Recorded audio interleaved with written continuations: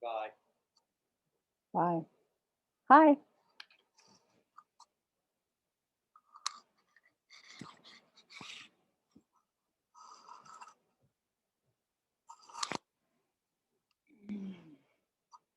Hi, Janice. Hello.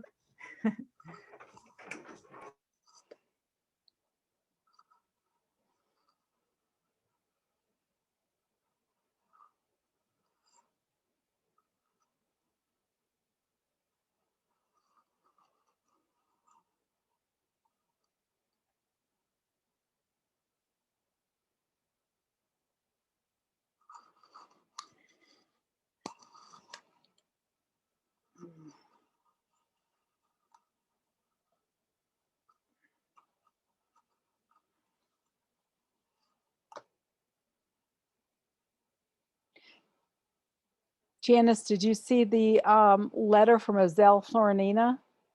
Oh, yes. Yes, I did. So I I think think- she's going to try and come to the meeting on Friday morning. Good, because I think we sort of had a thing of trying to get people to come to at least 1 or 2 meetings before they were recommended for Yes. inclusion or whatever. I think that's So- a good thing. So they know what what we're up to too. Right. Yeah, what they're getting into. Mm. But that would be good. Yeah. Do you know her? Not directly. I only know her indirectly from other people and stuff. Do you? Yeah, I know her sort of not, I mean, you know, do I know anybody? Not, I mean, she's not a friend that I know, but But you've talked to her. I've talked to her, I know of her, and Oh, good. I think she'd be a good person, so. Good.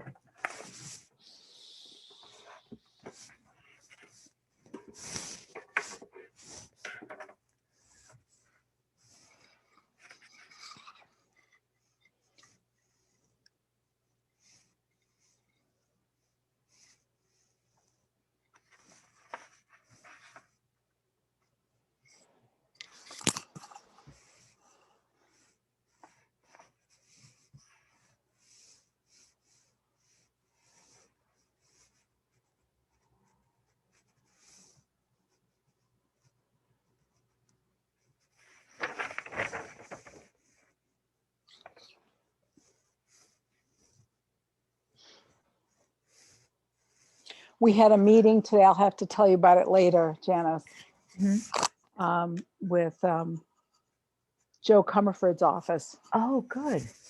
Yeah, it was really, really helpful. Great.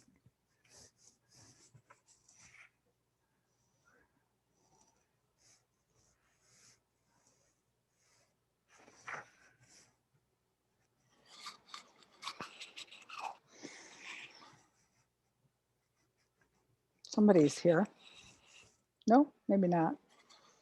Looks like somebody was trying to sign on. Robin says the video icon isn't. I think she's Oh, still there she is. connecting. Yeah.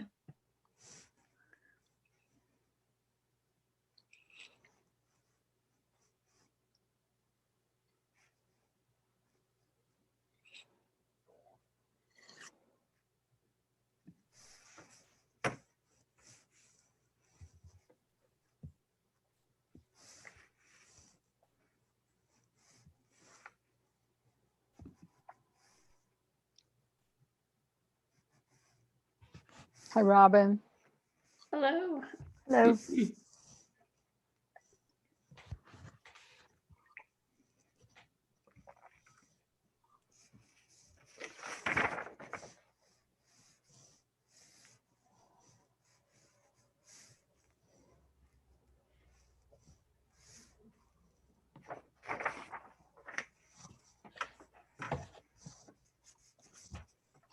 Tessa, have you guys heard anything with the planning board from AMP Solar?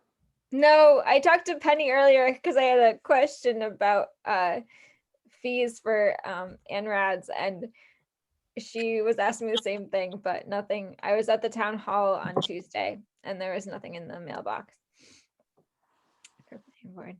So I don't know what their schedule is looking like. Hello, everybody. Hello. Hi, Liam. So we're missing Mary. Well, here's Don.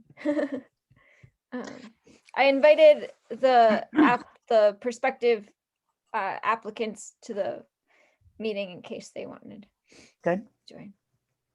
I learned something about wetlands in Shutesbury that might be useful for us. I was talking with somebody in Leverett who has a set of wetland delineations for Shutesbury that are not available to the state, that were done by a very expert wetland scientist, and we're doing some work for the federal government, and she offered to make it available to us. Huh. And I'm Wow. trying to remember the name. Blah. Do you have an idea who we might be talking about? Tyner? Oh, Ralph. Is that it? Ralph Oh. Tyner? Yeah, he was a that would be the NWI maps.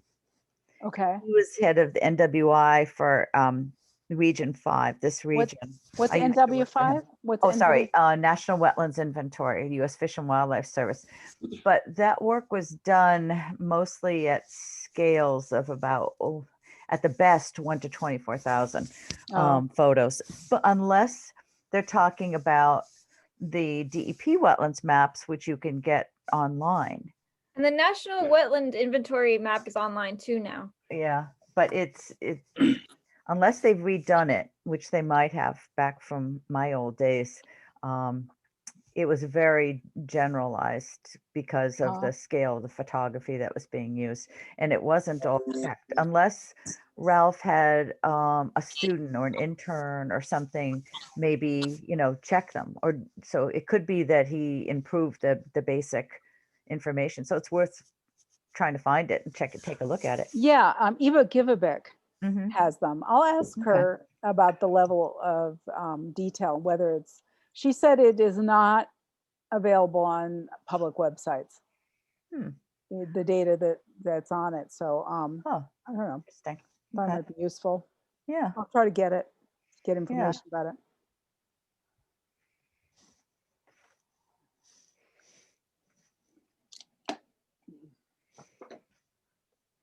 Hi, Don.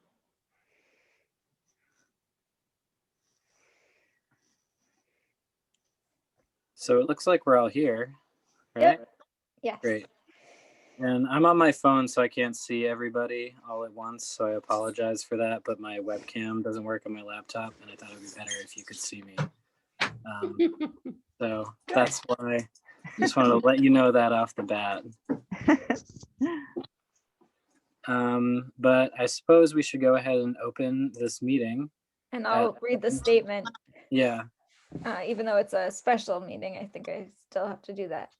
Following the governor's restrictions on public meetings, this meeting is being held virtually using zoom.com for remote participation only. The public may access it following the instructions on this meeting's agenda posted on the town calendar.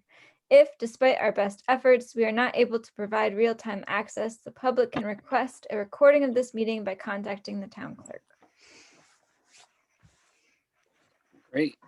So are we thinking about talking about the CPA grant from Penny first? Yep, so Penny is on the call, so if I can screen share the letter if that would, at any point, if that would be helpful. And if the commission has questions for Penny, she's here to answer. Hi, everyone. And it's interesting that Janice is here tonight because Janice, if I am not mistaken, you wrote the management plan for the Southbrook Conservation Area way back when. I don't know if I did, but it was done during our time. I can't remember who did it. I don't know. For some reason, I've always associated you with Maybe that it was. plan. So Could be. anyway,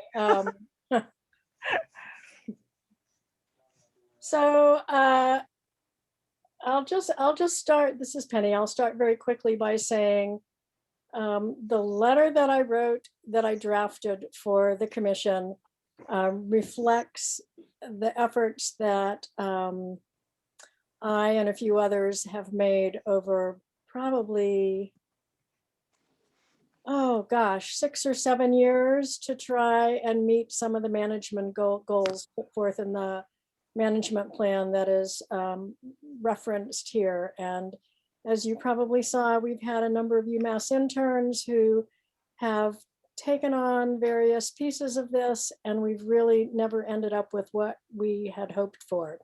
So you probably recall that late last fall, I put in a CPA grant to map the trails and come up with a list of best uses for each of the trails. And that was deemed ineligible by the the Community Preservation Committee. And so I rethought it some and put forth a plan that hopefully in the end will still end up with a trail map, but at the same time, it will allow the assessment of trails and cover some expenses associated with rerouting trails that are in locations that really aren't appropriate for heavy usage. So that's the crux of the plan. And it really dovetails nicely with a number of the things that are mentioned in the 2001 management plan. You know, as I said in the letter, it's really a win-win situation. It's, I think it'll be an improvement of the site, and I think the wetlands will be better protected. So I'm happy to answer any questions that you may have. I was wondering about the I management. I have two questions. Just go ahead, Liam, but I had. Okay. My one question was, is there a copy of that management plan available for us to take a look at? There is in the files in Town Hall. I have a copy. I think there were several others. I don't think there's a digital version. I'm not aware of that, but you know, if you were interested in it, I'm sure Tessa could scan that. It's old enough that I'm fairly certain there's no digital version at this point. But it's what, maybe 20, not even that, maybe 12 pages. So it's not a very lengthy document. Okay, I would be interested in seeing it if possible, but I know there's limitations right now. I will look into scanning it. Okay. I've got a question for Penny. Actually, it was Yeah. two questions. One is, how much are you asking for from the CPA? How much for the project? I mean, not that's here or there. Yeah, sure. I'm just curious. And then the other question I had was, you know, we had these folks who came, the mountain bikers, Right. mountain bike group, and I just wondered, you know, how is this going to interface with that project? Okay, I'll answer your first question first. I think, let me double check. I think the final amount that I asked for was $2,500. I think it's $1,500 to hire someone to assess the site, make some recommendations about what trails should be moved, what trails should be improved, what trails might need to be closed, and where some new trails could be created to interface with existing trails. And then originally I had $500 for the trail work, but I was encouraged by a couple people to increase that to $1,000. And the thought was that maybe we won't use it all, but it's easier to have too much money and turn it back to the committee than to have to go scrambling for more money after the fact. So that was number one. And the trail bike one, well, I think, you know, I'm not on the commission anymore, so I can only give you my opinion. My opinion is that it would be better to do this assessment and then consider the trail bikes, the trail plan, when the commission has a better sense of what's there on the site. You know, I had suggested, I think his name is Philip. When he contacted me back in December, I suggested that he present to the commission when he met with you in January, like a rough just sketch of a map of what he had in mind. So you would have some sense of where he was proposing things and how extensive the trails were, how long they were, how they would interface with the existing trails. And I don't know whether he did that or not. No. No. So my thought is, when you know the site better, you will have a better means of determining whether what he's proposing is reasonable for the site. Both scale, location, and sort of his long range plan for managing something like that. And the question I would ask him, is this a project that benefits town residents, or is this a project that benefits a larger community? And I don't know the answer to that. So did that answer your question, Miriam? Oh, that's great. Thank you. I had a question, if it was okay for me to chime in. Always. Well, from Oh. my perspective. I was wondering about it says in the letter that the commission would assume responsibility for future trail maintenance. Mhm. And because, at least for me, I'm unfamiliar with the town, is there already a set of volunteers who regularly do conservation area management, or would that be something that would have to be? Well, in my fantasy world, there would be a trail committee, a volunteer trail committee that would come together for this project, and hopefully there would be some energy that spilled over for the future. Honestly, I don't think, the trails, frankly, haven't been well maintained, and Janice can certainly speak to that fact. And she's one of the people who brought to our attention that there are some areas that need to be addressed, but I don't think it's a huge project. And I did build into the CPC grant a wild guess of like $50 a year for trail maintenance. Supplies. That would come, but that would come from the commission. And honestly, the commission is the manager of this property now. If you weren't so busy with all the regulatory things you did, it would be something that at least someone on the commission would sort of shepherd all the time. And frankly, we were just kind of remiss in not taking better care of that really wonderful spot. So I don't think it's a lot. I think hopefully out of this project will come a few people who are interested in working on the trails. I know from sort of hearsay that there are a few abutters who use the trails fairly often, and sometimes those are the people who have a long-term interest in making sure the trails are well cared for and in good condition. So that's what I hope. Oh, I can say that when we first acquired that property, the trail that starts next to the beach and now the Bill Elliott garden or whatever and gazebo, and goes up along the S-curve and circles around, was put in by David Patterson as part of his Eagle Scout project. Oh, I didn't know that. So he got the donation of wood chips. He had his whole Eagle Scout, Boy Scout, whatever crew out there for, I don't know if it was like a very long weekend. And they sort of helped clear the trail, put down the chips, and put on some markers, paint some markers or something. So I know that's always a long shot, but some towns are able to harness Eagle Scouts or whatever the Girl Scout equivalent is. I don't remember.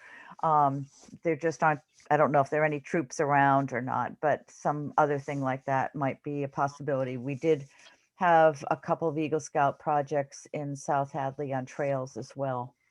So if you happen to know someone who's a leader and you can connect with them, it might be a project that could help with the, getting a whole bunch of other volunteers, and everybody's doing it together. They have a great, weekend or once a year, trail day or something like that. Oh, that's a great idea. And I had some vague idea that Eagle Scouts were involved on the site, but I didn't know Yeah. what the project was. On that note, I just kind of was reminded about Morse Hill Outdoor Education Center, which is just down the road from the Yeah. conservation area. And we could potentially reach out to them to inquire if they're interested in having some of their students come out and do trail work too.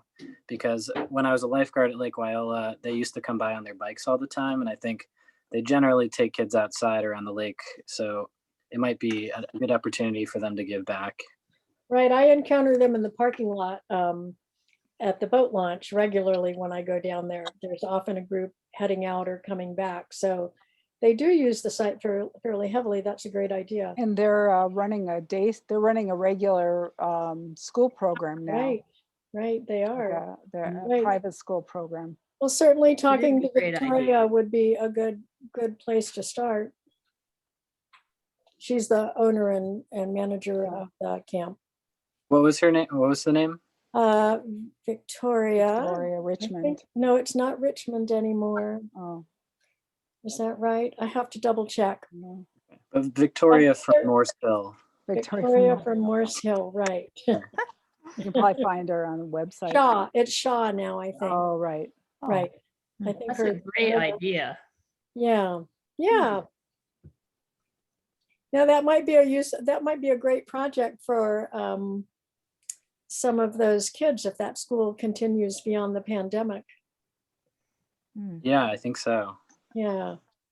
I think that's a good idea, Penny, what you were suggesting or recommending or whatever about getting this sort of analysis or assessment of what exists now and the vulnerable or sensitive areas before we start letting people go in and do some new bike trails, if the timing is decent. You would try to be doing this coming spring and summer, I guess. Well, you know, so there's many levels to approval for this project. The first one was for them to determine whether it was eligible, which they did.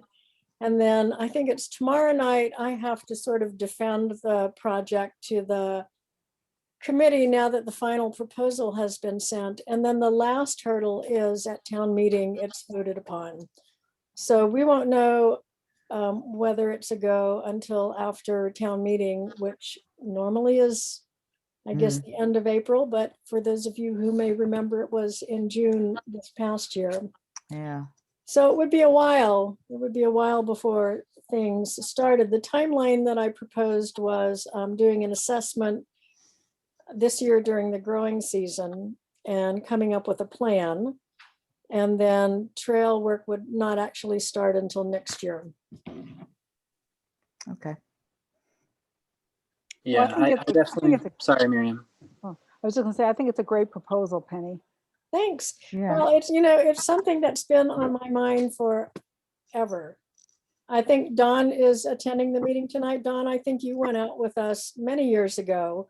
I came across the recommendations from that site visit as I was researching this. So, it's been a long-standing issue. And as I don't know if I said it in the letter, but it's the largest conservation area in town. So there's actually two areas there. There's the beach area, which I think became part of the town came under the control of the town in the 60s. And then the Southbrook part, which is another 40 acres south on the south end of that, was in around 2000. And so it's 97 acres. It's by far the biggest town controlled forested open space place. And it'd be great to see it used carefully, but more by people in town. Liam, the last time I was at a meeting, you were talking about maybe being able to get out with Tessa and do some GPSing of trails. Were you able to do any of that? No, not yet. I kind of chickened out last weekend. We were planning to go on Saturday. Really cold. Yes. And now it's really snowy. I think Yep. we've got like 15 inches of snow at this point. I'd still be willing. I got Yeah, I'm just concerned you may not be able to find the trails. I don't Yeah. know how. And there's no place to park easily at this point, but gotcha. yeah, definitely worth a visit. So Just a little bit about timeline. As I mentioned briefly, the Conservation or the Community Preservation Committee is meeting tomorrow night to do a final review of, I'm not sure how many proposals they have. I don't know if the mountain bike proposal was finally submitted or not. But there's one other one for a community garden in town. So they're talking about both of those tomorrow night. And it would be great if this letter, in whatever version you approve, is sent to the CPC by tomorrow morning. So that's my request. So Penny, are you asking for some funding, or are you asking for all the funding from CPA? I'm asking for all the fundings from the CPA, and with the caveat that I committed the commission to very modest amounts of trail maintenance funds over the future. Which I think I put in there $50 a year. And I doubt if that would actually be used on an annual basis. And that can be taken from the Conservation Land Fund if you wanted to. That's an Right. option. Yeah. There are a couple places it could be taken from, but yes. But I didn't ask for matching funds for this. In my, what I was kind of scheming about was what the commission would do would be to take whatever mapping comes out of this and turn it into a trail map for the site, and be willing to either create a good digital copy of that can be used, downloaded as a trail map, and have a printable copy that would go in the kiosk at the boat launch. But again, that's down the line a little ways. Yeah, well, I'm definitely for supporting this letter and submitting the letter of support to the CPC. And yeah, I think it's just a great way for the commission to all get on the same page on what this property looks like. And then we could actually have some context for considering future projects and whether or not they're viable. Yeah, great. That's true. I agree. Me too. Okay, well, unless you have any more questions for me, I'm going to go have dinner. I have a question about this other proposal, because what Penny said just made me wonder, are they going forward with asking for funding for The trail other bike one? Yeah. Is that? I don't know. I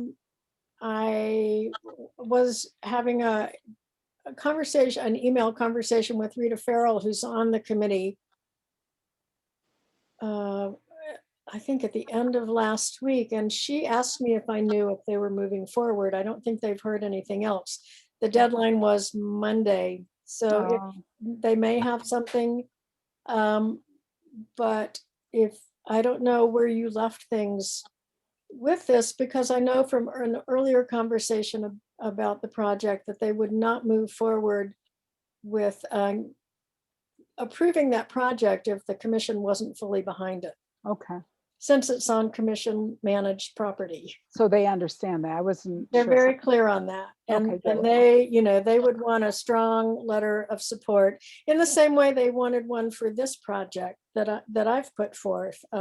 They want a strong letter of support from the commission that clearly spells out what your expectations are and how it would all work. And I think I'm not sure if I sent this to the whole commission, but when I forwarded Philip's information to Liam, I gave him an example of the Elliott Park, which is also on this greater conservation area.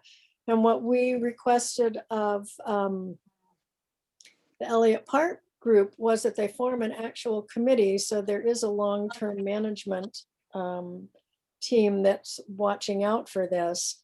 And they had to file a notice of intent to do that because they were working within a few feet of the lake and very, very close to a wetland that's just beyond where the Old Town Beach is. So I would expect that, depending on what was proposed, for trail bike paths, that there may be paperwork that would have to be submitted to the commission later on. You know, if they want to put a bridge over a trail or do some improvements within the buffer zone, that would have to come before you before anything was approved. Right. So I just checked back in the email. Mhm. So Philip Parker had written to us, or I had written to him with the Mass GIS Oliver map with the caveat that it's done by aerials, and so it's not a perfect as grounds delineation.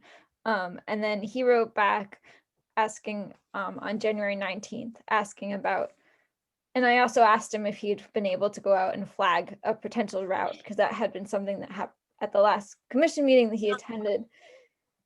The commission had asked if he'd be willing to flag the route he's thinking of for the bike trails as a visual for the commission to see if they went out. So I was just checking in on that, and he asked for recommendations for flagging the trail. So that was the last time, and then Liam also was on that thread and wrote back with some thoughts about using a app for marking a potential trail. And we didn't hear back after that. So Yeah. that was January 19th was the last time we heard from him. Yeah, and we also did discuss that if the project was approved and they wanted to, you know, build a bridge over a stream or something, that he would have to file paperwork. Right. So I think he was aware of that. And we also discussed this, your project a little bit, and that it was also being applied, you were applying for it. So, and I mentioned that in the email to him on January 21st, which he didn't respond to. So I'm wondering if he's just feeling like project's not going to get funded. Yeah, well, you know, I think it has a potential to be a great thing. Maybe the timing just isn't right. Maybe if he goes for it again next year, everyone will be in a better situation to think about it. Yeah, I totally agree. And I think we should definitely encourage him to think about submitting another application next year, because I mean, it could be a potential. He mentioned that he could form a group. He knew mountain bikers in Shutesbury and the greater area that might be interested in maintaining the trails, and that could be a potential volunteer base for maintaining the trails that aren't the mountain biking trails as well. So yeah, no, it could be a great thing. Perhaps a little bit down the line. Right. Does the town send out a list of what projects were approved, or how will we know if his project was approved or not? Well, it has to go to town meeting. So Oh, it has to be, I it has to be voted. Yeah, I can certainly let you know after tomorrow night's hurdle whether his proposal came through or not. I'm happy to send a message to Tessa to share with all of you if I learn that he has submitted something. Okay. Well, does anyone, do we need to discuss this more? Does anyone have more questions? Do we need a motion? Yeah, I think it'd be good to have a motion to approve the letter. If the wording is what the commission wants, and also how, one thing I did notice is there's no sign off, so I didn't know how the commission wanted it. Yeah, I didn't want to be presumptuous about that. Well, I'll submit a motion that we support the CPA project with the proposed language, with maybe the proviso that Tessa sign on our behalf. It's more the wording of the signature, how we want to phrase it, I guess would be good. Well, could it be that you're signing on behalf of the Concom, or that Liam sign it on behalf of the Conservation Commission? That might be the most straightforward thing, to have Liam's digital signature on behalf of the commission. I'll second the motion then. Okay, we'll do a quick roll call. David? Yes. DeFont, Yes. Harrington, Aye. and Cregan. Aye.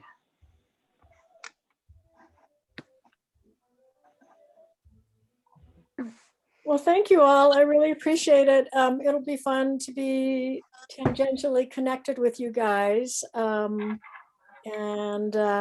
good luck with your discussion tonight, Janice. I'm happy to see you're there. I hope you guys keep the 100-foot wetland line Mhm.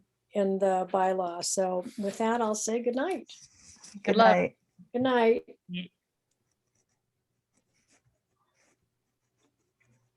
So Liam, you're okay with signing that and sending it to the Conservation Preservation Committee?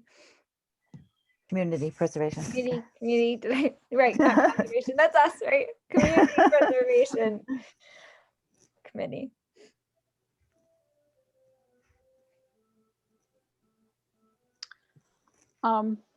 Before we start talking about the bylaw, I had a couple of suggestions I wanted to make about how we proceed with it.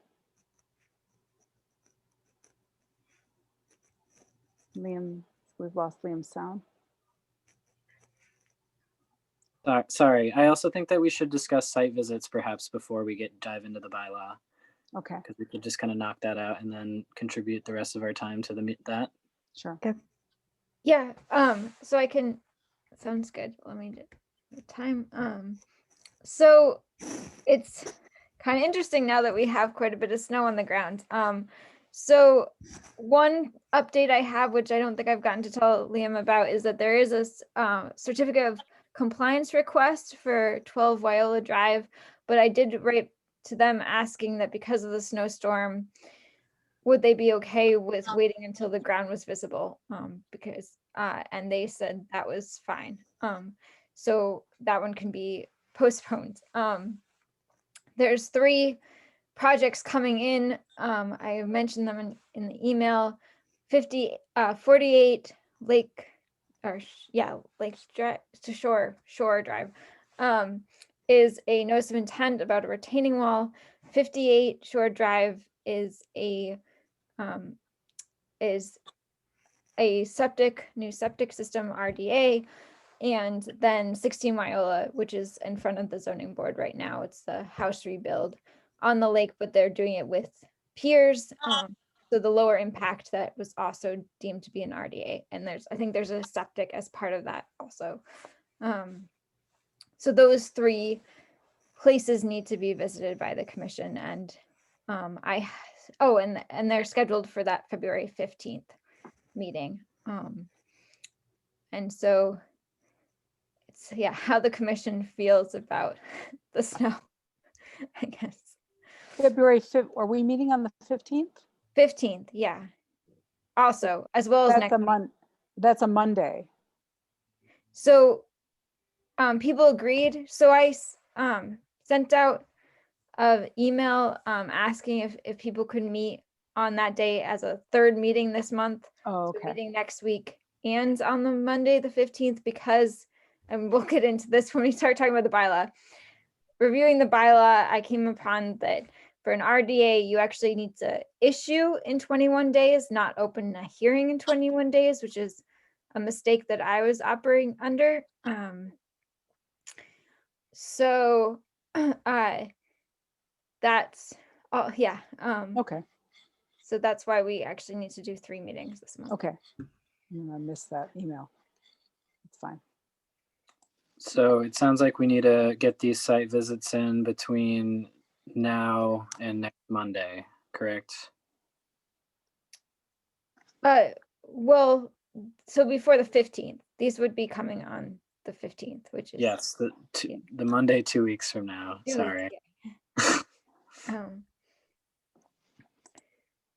Yeah. So do folks have availability for these site visits that they want to mention?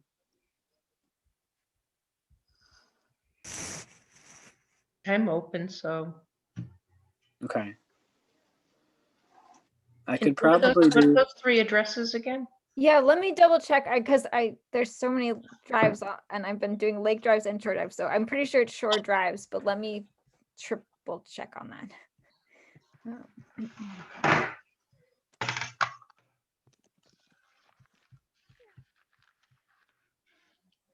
Yes, okay. So the 3 addresses are 16 Ryola Drive, which is an RDA house rebuild, and I believe a septic is part of that. I'll have to check on that. And then Isn't that the one that we already scheduled for Saturday, the 6th? that was potentially, yeah, gonna be. I just Okay. wanted to Okay. yeah, I didn't know if the snow changed things. And then 2 on Shore Drive, one at 48 and one at 58. The 48 one, I've now finally gotten it straight. The 48 one is the notice of intent retaining wall. The 58. I'm sorry, could you say that again? So 48 is, 48 Shore Drive is a retaining wall. And so I guess I'm wondering if with the water, I mean, we can check in with the landowners, maybe with the water impact, is a little clearer at the shoreline.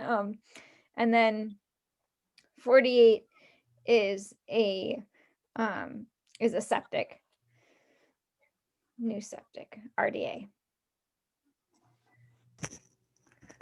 58.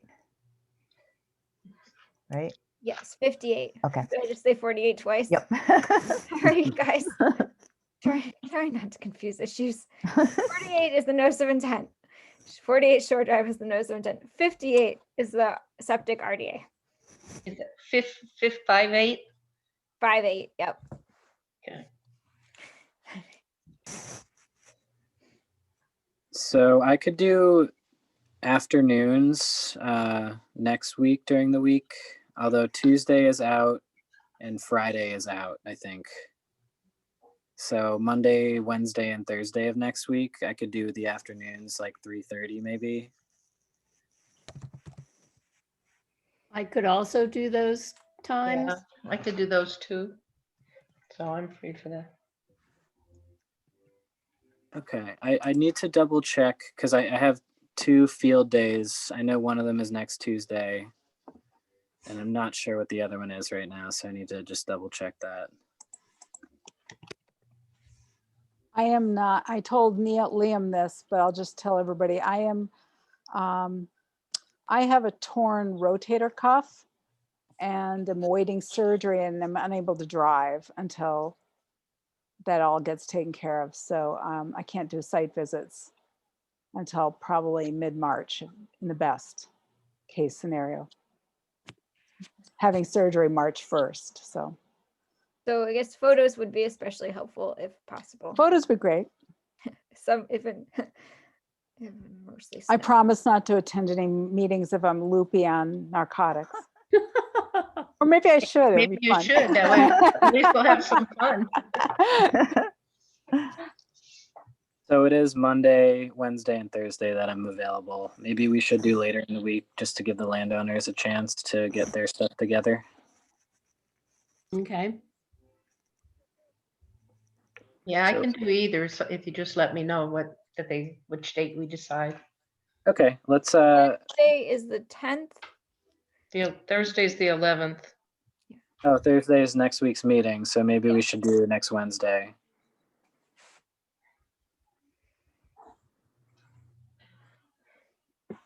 I'm fine with that too, so I would, whichever. Okay, so next Wednesday the 10th, and that works for you too, Robin?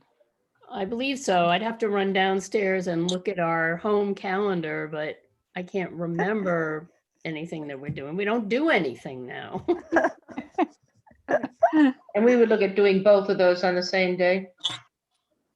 Yeah, that's the idea. Unless, I mean, unless we're sticking to Saturday for this Saturday for 16th, Viola. I was operating on the assumption that that one would be Saturday, and next Wednesday would be the 48 and 58 Shore Drive. Okay. And let me,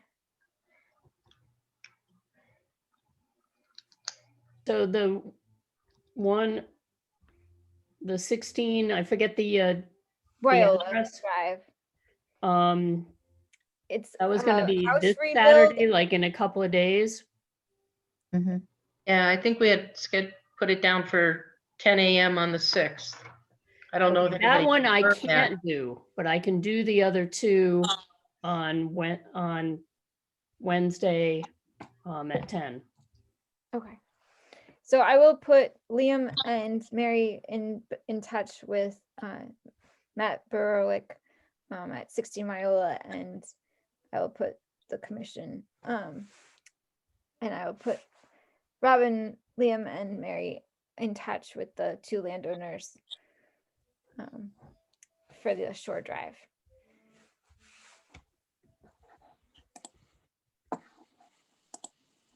Okay, All right. thank you. Yeah. There's a And lot now going we're on. on. Now we're on to the main event. Yeah, Liam, I wanted to make a process suggestion, a couple of process suggestions, because there's a lot of material here. And really, I want to suggest that maybe we consider the following process for looking at this is really kind of two-pronged. One would be sort of going through this with an eye with asking ourselves kind of what is the cost benefit analysis between trying to improve the bylaw and risking perhaps the bylaw being substantially revised on the floor of town meeting in a context where there isn't an opportunity for the Concom to really have it end up the way we would like to see it end up. So I think that that's one factor, is sort of deciding, how important is it that we change something versus the risk of who knows what changes could happen, because sometimes people organize folks to show up in mass to vote, to sway votes at town meeting, and things can get revised on the floor of town meeting. We could talk more about that process, but that's one question I think we should kind of keep in our minds. And then the other thought, which was something Janice had suggested, that we really just take a look at the existing bylaw and go through it with the unrevised version, and really look at whether or not it's working and whether or not we think it needs revision. Going, sort of step by step through the bylaw. That would be easier for me to understand than. I think that makes total sense. So I have a question before we even get started. So I guess coming up with this revision happened before me. So my question is why did we decide to make an attempt at rewriting the bylaws? Was there a valid reason to go and do that? What was the reason? If anybody knows the answer to that. It was revised back in 2011. And then maybe there were some more changes. Did you guys make more changes in this document? Yes. Sent the update today, because the revision from 2011, let me see, what was this? I'm just trying to remember where the most recent one came from. But we took the 2011 and just started making a couple of changes last summer. Mm-hmm. And so we were basically assuming that draft from 2011 was reasonable. So what was why did we do that? Was there something, was it required that we review it? Did something come up to make us want to go in and make some changes? If you remember last meeting, you had some comments from Mark Stinson from DEP. I'm sorry, I'm butting in. I don't mean to do that. DEP has a problem with enforcement of bylaws like Shutesbury's, but that doesn't mean that the bylaw should be rewritten. if anything, it perhaps should be added to. But that's just my opinion. And you just got to remember that a lot of times we get pressure as a town by the state to change some of our bylaws to make them make it easier for them to enforce. That doesn't necessarily mean you should have to rewrite bylaws. In fact, most towns in Massachusetts, I think, look towards Shutesbury's wetland bylaw as a kind of a pioneering bylaw.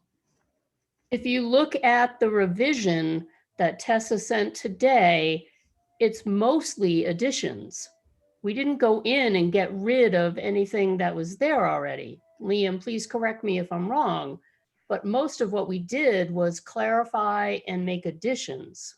Maybe I'm not looking at the right document. No, then. no, when I Well- went through it, there were a lot of things that were dropped for the sake of, I don't know if it was redundancy or something when it really wasn't. And I had sent a letter out with some bunch of purple type. It was the MACC model bylaw. And the things that were highlighted were things that had been removed from or should be in the Shutesbury bylaw.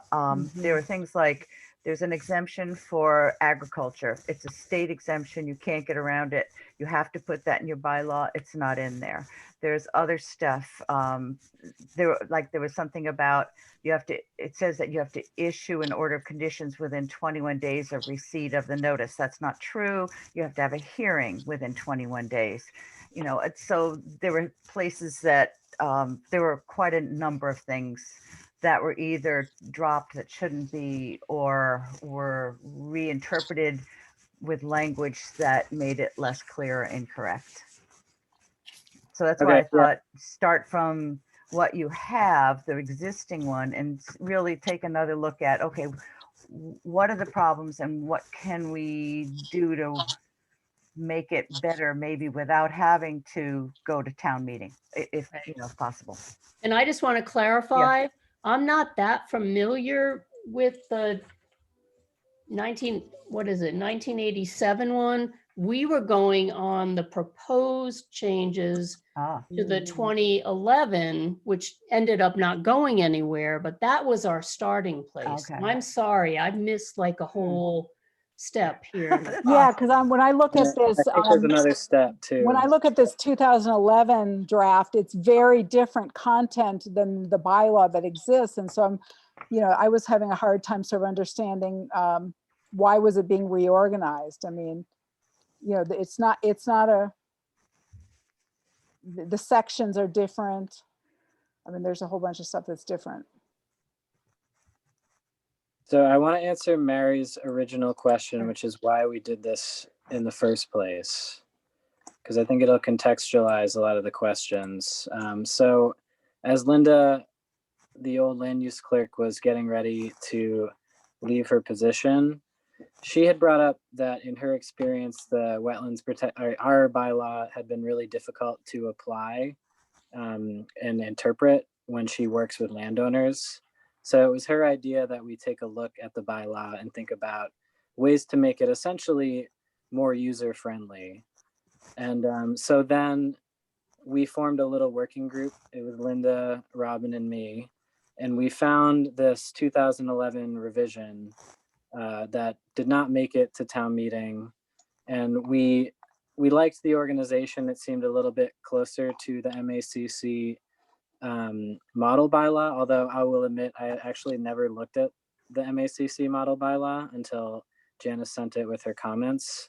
So we worked on from this and made some revisions to it that we thought would be more make it more user-friendly, essentially. So that reduction from 100 feet to 50 feet was in the draft already. And one of the reasons we thought that happened was because we thought that essentially if anyone's doing work within 100 feet of a wetland, that would mean they'd have to file a notice of intent. So that was the reason why we thought that was in there. And then with that thought process in mind, we were thinking about Lake Wyola and how developed it is. And that's where the 25-foot marker came from. So that's kind of the context, is it was really more about making it more user-friendly and more applicable for a land use clerk to actually show to a landowner and have them understand it. It wasn't as much about reducing protections, although I do realize that when I'm looking at this, that there is an obvious reduction in protection in this draft. So that's kind of the background. Yeah. Okay, so yeah, I think we might be able to talk about some of those things and try to figure out a way to make it easier. Did you want to first address what may be more on Tessa's mind is that letter that she wrote with some potential conflicts between the DEP and the bylaw, just in terms of trying to see what we need to do to try to make sense of the differences. I think some can be explained and some are a little snarly. And that was for RDAs, for requests for determinations. It came Or- up, yeah, mostly around the issues around RDAs and timelines. Mhm. So what do you guys want to do? Do you want to? But yeah, I don't feel like it has to be first if Okay. that's not what the commission wants to do. Yeah, when I looked at this, the revisions, I mean, the things that jumped out to me was the reduction in protections, which I'm concerned about. And so that was my concern around, I mean, while I like the change from 1,000 square feet to 500 square feet for a jurisdictional isolated wetland, because that's more protective. There are other revisions here that are losing some protection, which I, am concerned about. And I'm wondering if there's some other ways we can work around. We talked about this before, working around, reducing the number of NOIs around Lake Wyola without changing the bylaw. Right. And Janice, I guess this is an opportunity for me to ask a question is, do you need, if you're working in a resource area described in a bylaw, do we need to require an applicant to submit a notice of intent? I don't think so. I think the way the bylaw is written, it is a little squirmy about going back and forth between a request for determination and notice of intent. The newer versions also still have some of that, a little too much back and forth without it being clear. But it clearly, like on page 3 of the present bylaw about applications for permits and requests for determination, permits seem to mean notice of intent, although they'd have to also mean abbreviated notice of resource area delineation and other sorts of things like that. But it doesn't, because it keeps mentioning the permits or request for determination. I think that you could do in areas that are not likely to. Janice, where is this in the bylaw that you're talking about? Page 3 of the 1987 and present general wetlands. Maybe the wetlands. What heading? I think it's section or- 5, right? Because that's the section yeah. I was looking at. Yeah, Oh, it section helps. 4 and section 5. Okay, got it. I think what you could do if you're having people, if they're within 100 feet of the shoreline, they have to file under the Wetlands Protection Act anyway. The difference is that the bylaw is saying that's a protected zone. But if that area is lawn and house and driveway and roadway and things like that, I think they could do a request for determination, and you could make a determination that the area or the activity or whatever does not require a notice of intent. Okay. So it could give you some flexibility there. People are always allowed to, at least under the state, always allowed to file a request for determination first. And it seems like the request for determination is regularly mentioned in here, including like section 5, any person filing an application, which I think means a notice of intent, or request for determination, give written notice, blah, blah, blah. So you can do that request for determination, and then you guys can determine really if it's not in a resource or a wildlife habitat or an area that could be considered, valuable for buffer zone, purposes, protected buffer zone, then you could make a decision with that yes, you can go ahead with your project, and there is, you don't need to file a notice of intent for work within it because it meets certain requirements. And I had sent out, I think last time, I don't think I have the right copy of our wetlands bylaw because there's no section 5 in what I have. Can somebody? It has like in blue bold, it says If general you- wetlands protection bylaw. Go ahead, sorry. Miriam, if you go to the letter I sent, I have a link to the bylaw. Okay, thanks. Okay. In the right above where I put section 5, copy some of the text of section 5. I have the link to the town Okay, bylaw. I'll look for that. Oh, no, I don't see that.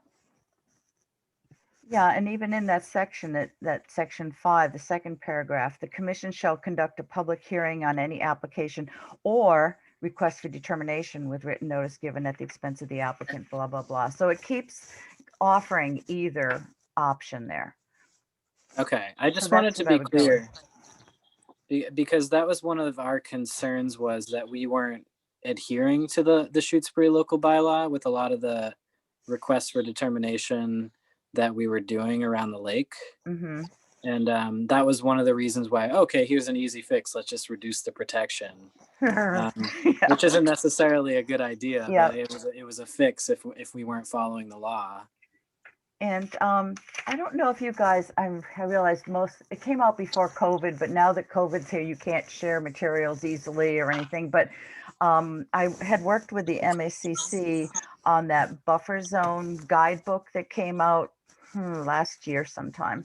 And there's a lot of scientific evidence in it about the importance of buffer zones. And there's also a section in there, I believe, but I sent out, I think, the first time, but I didn't send it this time because I thought it would be just too much paper and too confusing.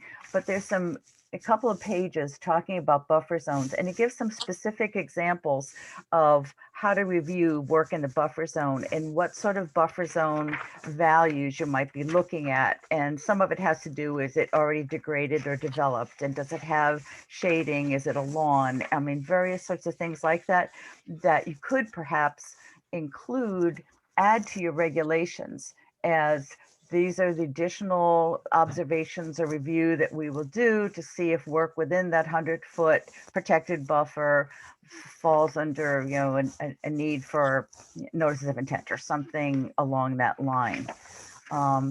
So that can be sort of above and beyond tonight, but it's a good place to start. It's called Framework for Review of Work in the Buffer Zone under the Wetlands Protection Act. But I'll send that out to Tessa and you can look at that, just thinking of maybe putting that into the regulations, which only require a public hearing, and then you can just do it yourselves. Anything that we can change that way through the regulations to make life easier, it's definitely the easier way to go. So that's at least an idea, but yeah, I don't think you have to do a notice of intent because it does specifically keep mentioning requests for determination through the present bylaw. Yeah, I can't find the link to the Oh. current bylaw. It was an attachment, Tessa? No, it was just in the text of the letter that I so I sent an attachment with the letter talking about the concerns I had about the bylaw versus the. Yeah, that's the revision. That's not the original bylaw. Miriam, I can so send it it's to a you. link. It's a link inside the letter that I wrote. But I. Oh, okay. All right, thanks. It's.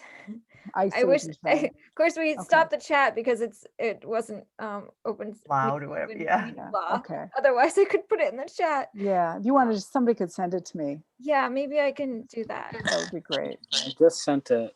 Because what Oh, I okay. have, Yeah, what it was, seems to not have the whole bylaw. Thank you.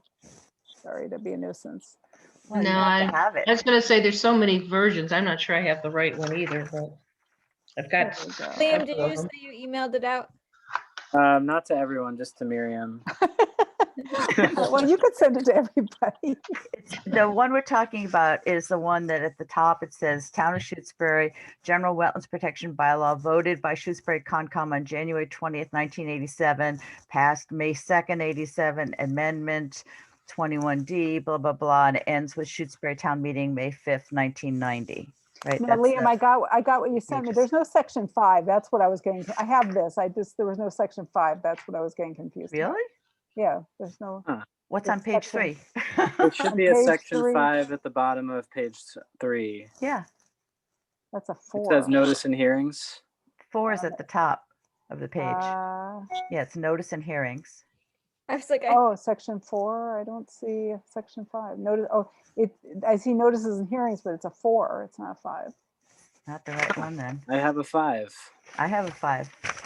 I have a okay, 5. I was like, I put 5. IV is 4. Me. It's an Arabic 5. It's not a Roman numeral. Hmm. The Roman numeral is the newer version, and the I think it's called Arabic, right? Numbers. Still not seeing a 5. And the thing that you just sent me, Liam, I don't see a 5 anywhere. Are you looking at the regulations or at the bylaw? Hmm. Oh, I don't I know. sent you 2 PDFs. It's the bylaw.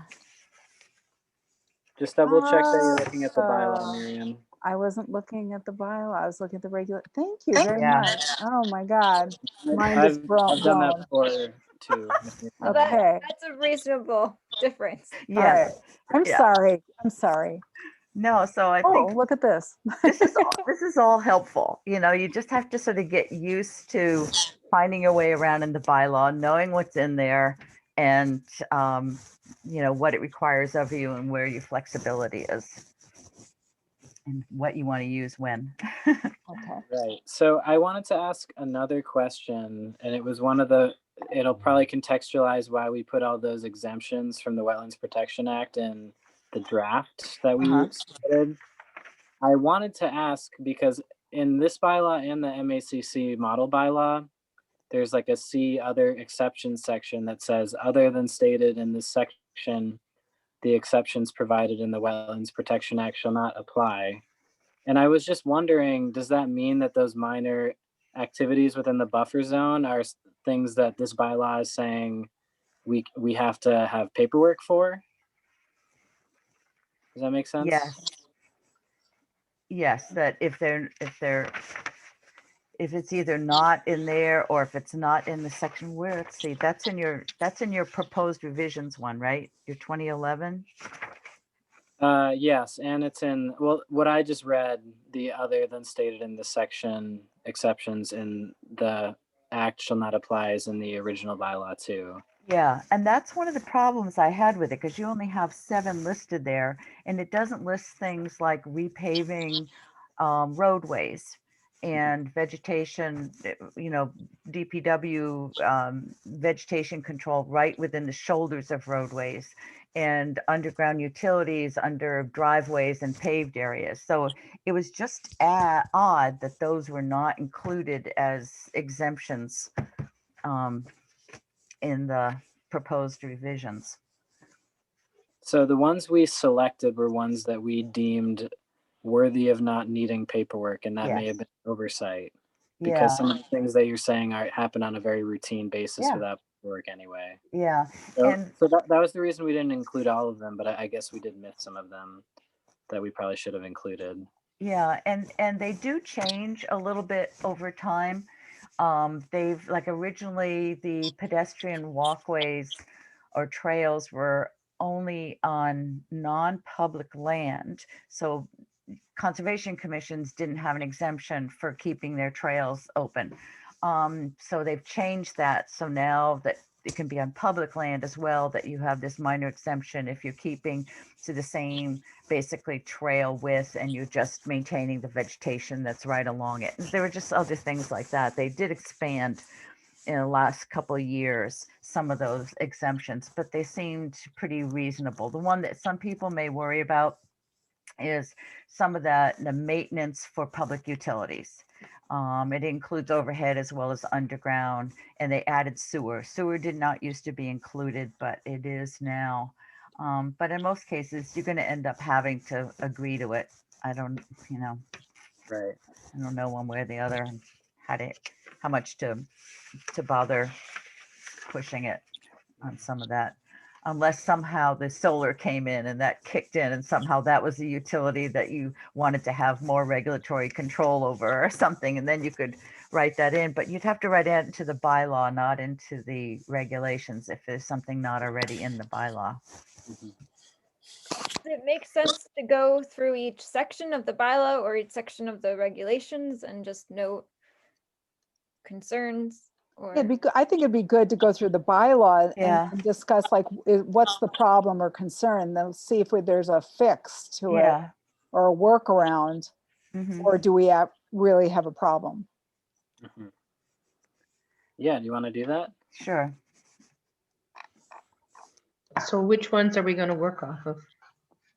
The The present original. one. Let's The look at the current original bylaw. that I now have. Yes. Sorry. Starts with Oh, I'm not sure I have one. that one either, but it's like, let me go back and make sure I have that. That's Section one. one purpose is what the top of it is. Yeah. And it was voted by the Conservation Commission in 1987. Okay. So that you should see And that then date. May 2nd, okay. Does everybody have it? Section 1 is purchase. Yep. So in this section here on purpose, one thing I'd say is that the regulations have some definitions. There's a few in the bylaw and others are in the regulations, but I would suggest at some point adding a definition of significant or cumulative effect. Because probably if they haven't yet, consultants are going to ask exactly what do you mean by that? How much do you mean? And there are some other bylaws that have come up with definitions. So we could take a look at some of those if you wanted to, but that's just a suggestion. And that could be in the regulations, right? Yes, yep. So otherwise, the values that are protected by the bylaw, A through K through wildlife habitat are the ones that are protected under the Wetlands Protection Act as well. So the ones that we added, and maybe it was not, I don't know if it was wise to do it or not, but is the recreation, aesthetics, historic values, agriculture, and aquaculture. And I doubt that you have that come into play very often, if at all, but I don't think they get in your way either. They're there. What were they thinking about historic values, Janice? I think maybe historic scenes or landscapes, that sort of thing. You know, if you had this beautiful lake with all these trees surrounding it and someone wanted to come in and clear all the trees from the shoreline and you sort of ruin that historic landscape. I don't know, that sort of thing. People don't really talk about that anymore, but at the time there were these things that people were thinking. In recreation, there probably should be a definition that says passive recreation. You know, that could have a positive purpose with wetlands. You wouldn't want ATVs type recreation, you know, that sort of thing. But that isn't described anywhere else. But like I said, it doesn't Low usually impact. come into play. Yeah, low impact, passive. Usually passive means no motor vehicles or something like that. But I don't know. Mhm. It could mean boats still, you know, for that matter, the recreation, I guess. So they're in there now. And I don't think that you've probably run into a problem but they're there in case you ever needed to for some reason, I suppose, if it's appropriate. The MACC bylaw has some notes at the end and they say, be really cautious about doing aesthetics or historic values or anything. And certainly I think that's true, that you wouldn't want that to be a primary reason for rejection or some serious restrictions. It could be something in addition to something that's much more important, like the A through K. And you were talking about possibly the idea of climate impact. or Yes, climate if you were going resilience. to go through a bylaw change to do some kind of climate resiliency is what people are doing now, like in Boston and Arlington and some of the other larger, fancier places. Well, that's interesting. Yeah, I think MACC may eventually come out with some possible language for that, but you'd have to think about whether it was worth putting that into the bylaw and taking your chances on town meeting floor. Mhm. So did anybody have any questions about that, the purpose section? No. No, okay. Then under jurisdiction, this is the part that maybe is a little sticky. It was the freshwater wetlands, isolated wetlands, marsh meadow, bog, swamp, etc., and anything within 100 feet of any of these wetlands. And then the other thing I threw in, which was probably not wise, but at the time we were really concerned about it, was under the streams, the surface or subsurface.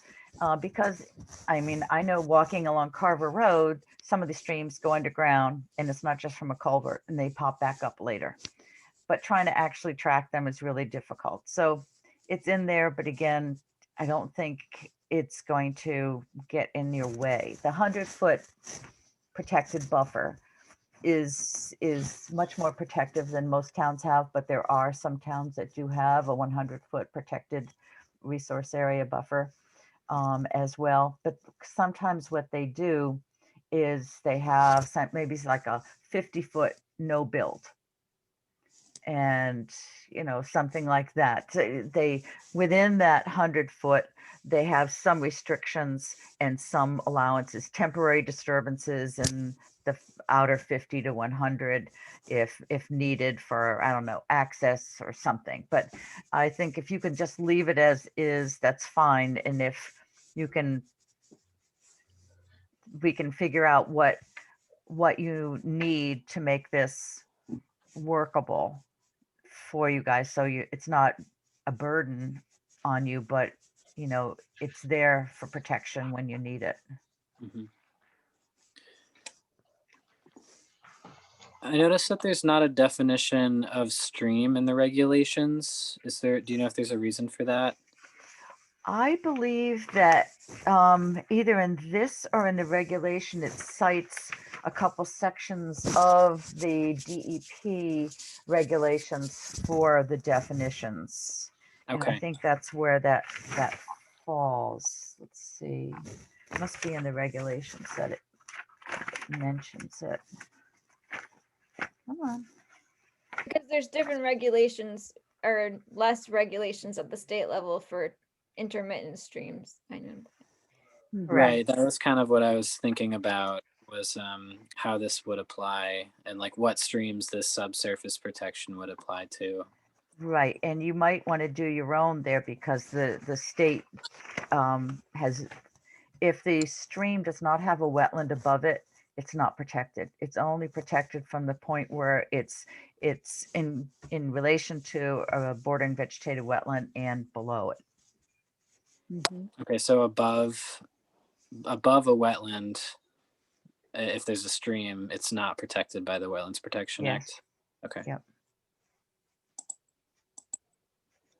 Don, you were going to ask something? So, Janice, Yeah.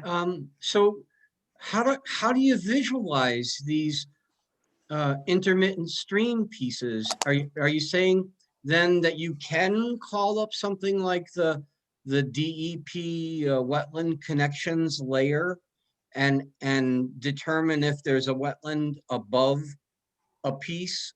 Or are we talking about where sometimes you have intermittent streams like Nurse Brook that Mhm. crosses Pratt Corner Road. And during some parts of the summer, it may disappear, but then other areas, other sections of it stay wet. First and foremost, the status of, according to the state, of whether a stream is perennial or intermittent is based on, this is crazy, but it's based on the USGS topo map. If the topo map says it's perennial, then it's perennial until someone proves otherwise through a good amount of documentation. I think Nurse Brook is listed as permanent, as well as Adams and some of those other ones down there. And they can have portions dry up during drought times and stuff like that. But you can't, it's odd, but according to the Wetlands Protection Act, you can't prove a stream is perennial if it's not shown on the topo as perennial, but you can prove it's not perennial by documenting 4 times in a year that it's dry. And there's another way of determining a perennial stream is by using this USGS mapping thing called stream stats. And you can calculate a watershed basin from a certain point on a mapped stream. And I think if it's above if the watershed is greater than a half square mile, then it's defined as perennial too. I think that's how they determined in the ANRADs that Nurse Brook was perennial. Okay, good.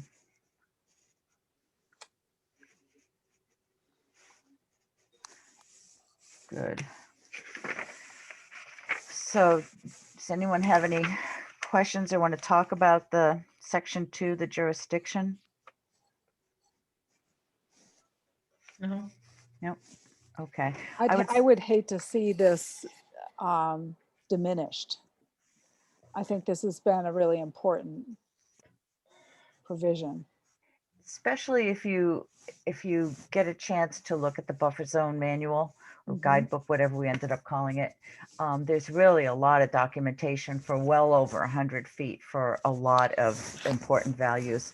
And it's designed to help people defend buffer zone protection at this point. So it could come in handy for some of the stuff that, you know, you may come upon. But I think if you have a sort of checklist of things that degrade or diminish the value of that existing buffer zone condition, then you can do something with the request for determination and slice off some of that and say, no, you know, that doesn't fall under the protected buffer in terms of additional conditions and stuff because of its present condition, something along that line.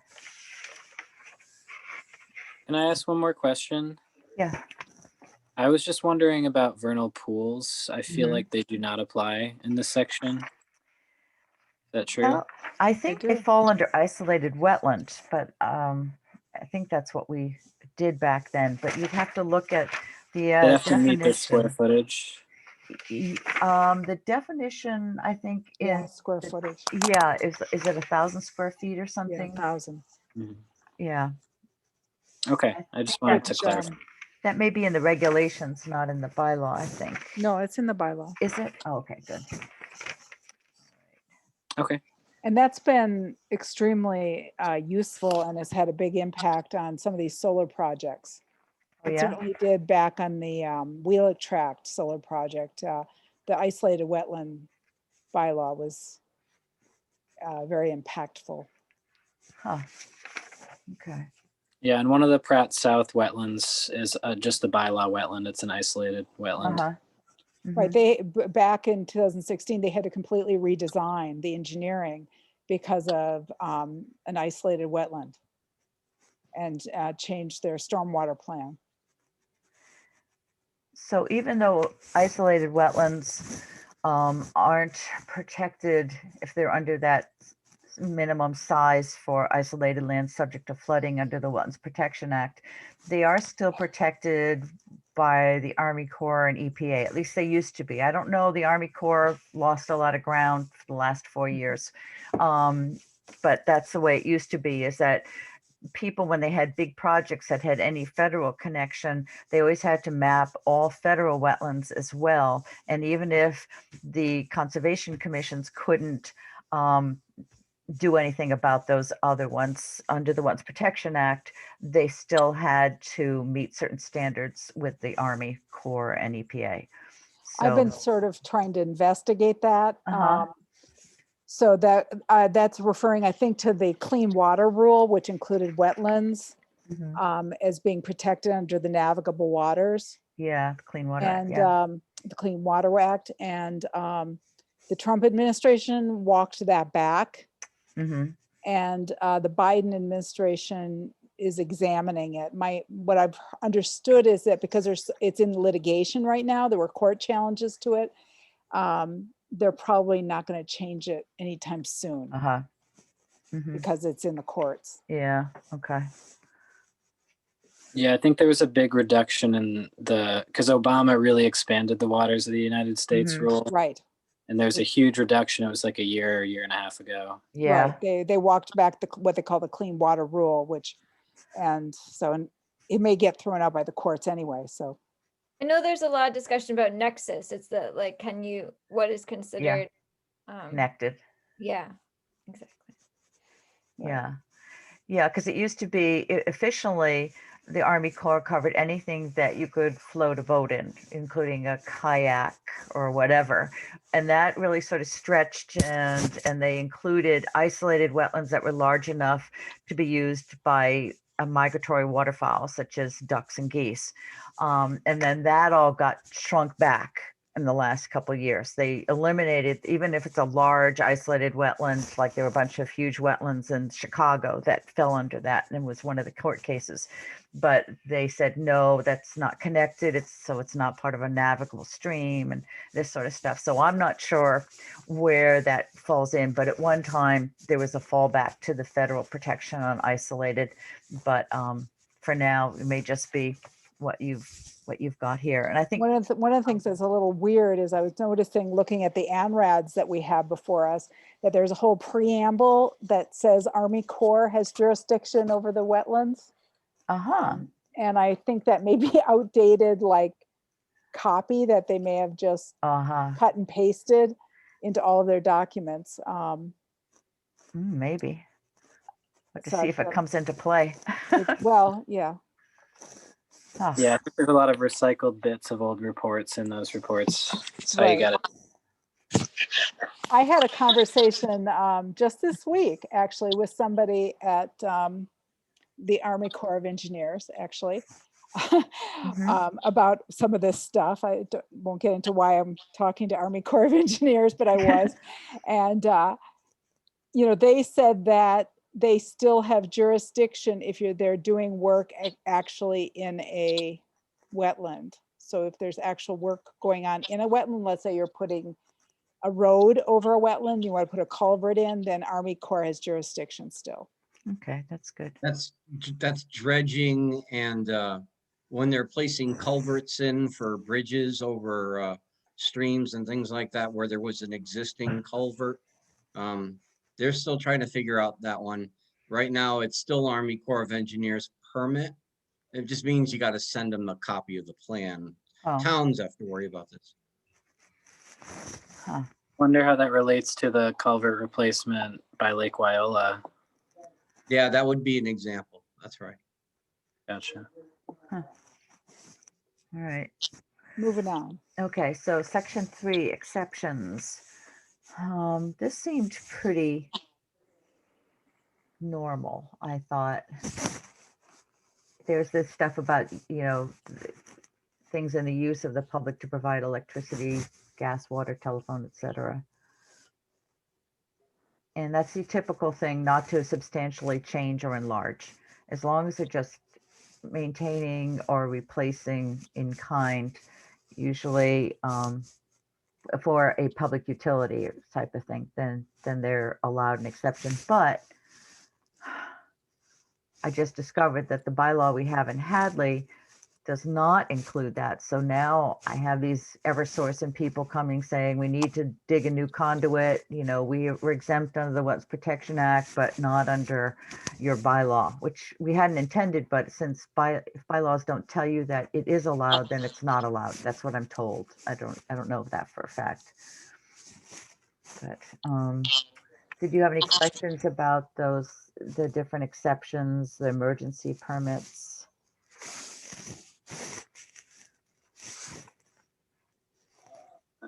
I guess my main question was still about 3C. Yes. Mm-hmm. And whether or not we need to require an RDA for, say, like a patio. In the where are you? The bottom of page 3C. 2. Other exceptions? Mm-hmm. Yes. Okay. Yes, I believe that's true. Although, is it in your bylaw that the regulations that you refer to the others? Not that I'm sure that'd be allowed or not. Um, I've been reading all these things over, so trying to remember which one's in which. I guess not. So yes, I would say that that means that if it's not one of these conditions, then it is not an exception, and they'd have to file like a request for determination, you know, depending on what kind of project it was or something. But Right. most of it falls under that 3A category. Okay. Yeah, I suppose that's my one major gripe with the bylaw as it stands as we're going through it. Mm-hmm. Yeah, I see what you mean. Yeah, for the other things like you're saying, like a deck on a lawn or something like that. Yeah, which is an exception for under the Wetlands Protection Act. Or for example, planting trees in the buffer zone. Or I think that I thought that planting of native vegetation was an exemption, okay. but we should So check that. I guess it is, and I guess this would get into, maybe it would be helpful if you could explain the difference between an exception and an exemption. I don't know. Okay. That's why I asked, like, maybe I should just put both words in there. That's what we did in our draft too. We were like, well, we should just put both in. Yeah, Exception, no exemption. I'm sure there's a legal difference, but I don't know what it is. I just know that some of them fall under one and some fall under the other with the Wetlands Protection Act. So this is just exceptions. So in that case, things that are exemptions in the Wetlands Protection Act, would we need to require an RDA for, say, planting trees in the buffer zone?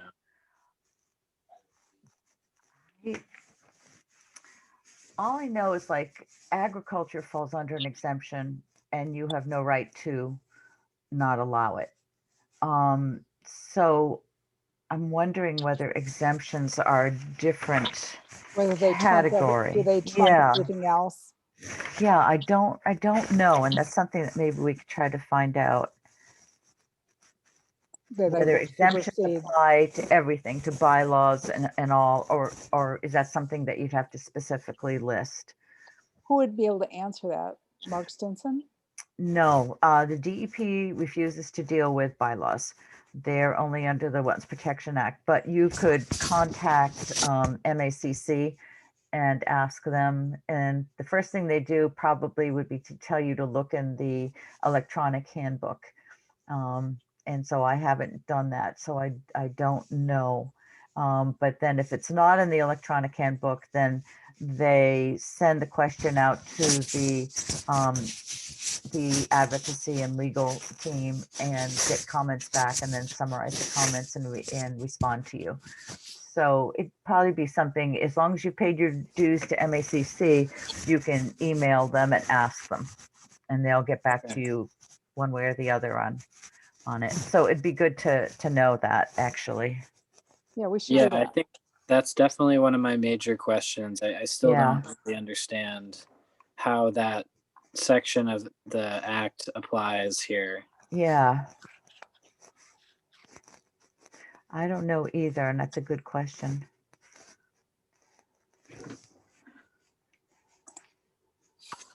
Okay, Under, moving on. yeah, bylaw and, okay. Yeah, so maybe you might want to consider emailing MACC and asking them a question about that. They'd be good for answering that. Yeah, I will do that. That's a good question. Let's see, section 4, applications for permits and requests for determination. So this was part of the section that Tessa was concerned about, right? Tessa, is this part of it? But or I is think it it's next? mostly in section 5. Five. It's Oh, about- okay. It's more about the timeline than the, Okay. the Okay. Yes. One thing I noticed in here was the 1, 2, 3, 4, 5th paragraph about the consulting services, and that failure to pay the filing fee or failure to provide full reimbursement for consulting services shall be sufficient grounds to deny the application or request. I think in most cases, you probably just try to get an estimate and get the applicant to pay up front, don't you? Or how do you handle that? So what happens is that the commission will approve a an invoice from the consultant, and I think generally, I mean, it's done at open meetings, so the applicant could protest the cost, I guess, if they've felt it. But then a expense line specifically is created, a separate account is created in the town hall or Okay, like yeah, in the town. yeah, an That escrow is account. just, the money is just for that specific project. So each of the ANRADs have their own expense line. Okay, And it's escrowed. yeah. Yeah.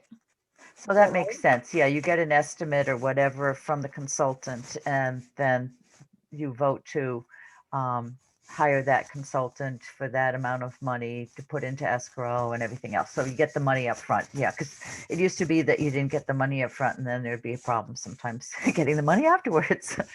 So that may not be an issue now. It's just in there, I suppose, in case it ever were. So is there anything with section 4 about the application for permits and requests? And it does seem to mention them both. I like it that it does say that you can use the DEP forms for the bylaw. That's important because DEP gets bent out of shape. They don't like that, but most everybody does that. A few towns have their own forms, but most people just use the DEP Yeah, forms. that for was what both. Mark Stinson was recommending, that we consider getting our own forms. Yeah, it's an extra layer of headache. I don't know. They just don't like getting pulled into an appeal if they don't have to. If it isn't clear whether the appeal is on the bylaw end or on the DEP wetland end, then they get pulled in on it and they don't want to be. So they like to have separate forms entirely so that it's clear what's the Concom bylaw and what is the DEP wetland jurisdiction. All right. So section 5, notice and hearings. Okay. So I noticed like in the first paragraph, before we get to the timing thing, something that you probably don't do, and it's in here. The notice to abutters shall enclose a copy of the application or request with plans. So in some cases that might be a pain, but I'm thinking. Yeah, that's one thing that has not been happening. I can. No, and there were a couple things like this that I think shouldn't have bothered to have been in there, but they're in there. But you could, I suppose, if you have it, I think a lot of this stuff you have digital on the website, and I think that could qualify just as well for an applicant or a neighbor and a butter to have access to the plans through a digital means, whether you send them a link or digital copies of the stuff, but it doesn't have to be paper copies of the plans at this point, but maybe just tell them where they can find it on the website, and that would probably still qualify.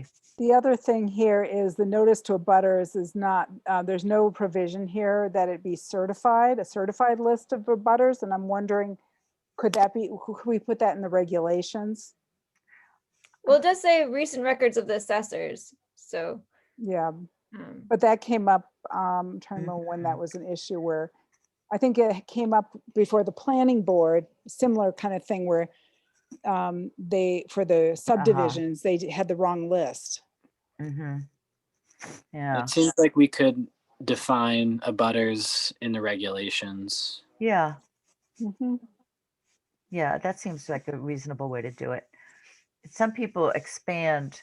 I mean, usually it's, direct abutter. Some people expand it, but I don't think you need to. I mean, the planning board is what? Is it 300 feet or something yes, it's 300. horrible like that? So, but that's a good idea, just to define it in the regs, and then you can put in whether it needs to be a certified list from the assessor's office. I will say that that is how we've been, I mean, I'm pretty sure I inherited that system from Linda, so I'm pretty sure that's how she was doing it. So the list is coming from the assessor's Good. office, so. I remember Had a one thing, Linda. Oh, sorry, Don. Just a quick question. So the list of abutters, certified or not, and it's supposed to be really the people that are shareholders too. In the case of a couple of wetlands in Shutesbury, one of the abutters that is normally never notified are municipalities, like when we're talking about Atkins Reservoir and work being done around Atkins Reservoir, where both the town bylaw applies and the Wetlands Act applies. Mm. Is ever the water department of Amherst notified of projects? Like the same thing could be said of the cold water fishery. Whenever projects are going around cold water fisheries in the town of Shutesbury, isn't the Fish and Wildlife Department for Massachusetts supposed to be notified to find out if they have special conditions that apply? I don't think so. If a project comes, if it involves the planning board or the zoning board, if it goes before those boards, then it's mailed out, or the project is mailed out to all planning boards in the 5 adjacent towns. Planning So- boards. But I don't know, that isn't part of the Wetland Protection Act for commission projects. I suppose that's something that the commission could do on their own if they, think about it or whatever. If a project comes forth that may have any kind of effect on a cold water stream or on Atkins Reservoir or the watershed, they could send a complimentary copy or whatever to someone in Amherst, the appropriate person. Or I department. think what Liam said about a definition of what an abutter Aha, is. okay. Hmm. Yeah, so maybe we should discuss that down the road, what we Yeah. want to define an abutter as. Yeah, that's a good idea. Okay. So then there's the issue around timeframes we should talk about. Yeah, so that's page 4, I guess. Is that right? Yeah, it gets into it. Okay, so let's see. So Oh, yeah. what was the concern, Tessa? Where is the? So the concern revolves around what I, most recently have gotten clarified, that with a determination, it is issuing the permit in 21 days. It is not opening a public hearing in 21 days. And that makes it difficult to align with parts of this bylaw that, particularly when it starts asking about having 14 days for various boards to know about, but that's section 6. So I guess I wouldn't get into that yet. So I guess the part that I was confused by is the line that says the commission at its discretion is in an appropriate case may combine its hearing under this bylaw with the hearing conducted under the Wetlands Protection Act. And what's been operating under is like automatically those two are combined. And I feel like the applicants might be get frustrated if you don't combine, like if there's, particularly if you're using the same permit as the Wetland Protection Act. I think it'd be pretty confusing for an applicant to wonder why you close out a hearing for the project under the Wetland Protection Act, but open a hearing under the town bylaw. Why would we ever do that though? Right, so I'm just confused why that's in there. Yeah, well, there may be times when people have to apply only under the bylaw because a project is not under the control of the authority of the Wetlands Protection Act. But normally it's just a legal thing, just like you're supposed to, when you issue an order of conditions, you're supposed to list which ones fall under the bylaw and which ones don't. That's one of the lines in the order of conditions there is, to list the conditions that fall under any local bylaw. So I think it's just because of this thing, if someone appeals the decision, you want to know who has to respond to the appeal. Is it DEP or is it the Concom? But I think that generally it makes sense to just to be legal to open both hearings. You can open them at the same time, you know, and you can close them at the same time.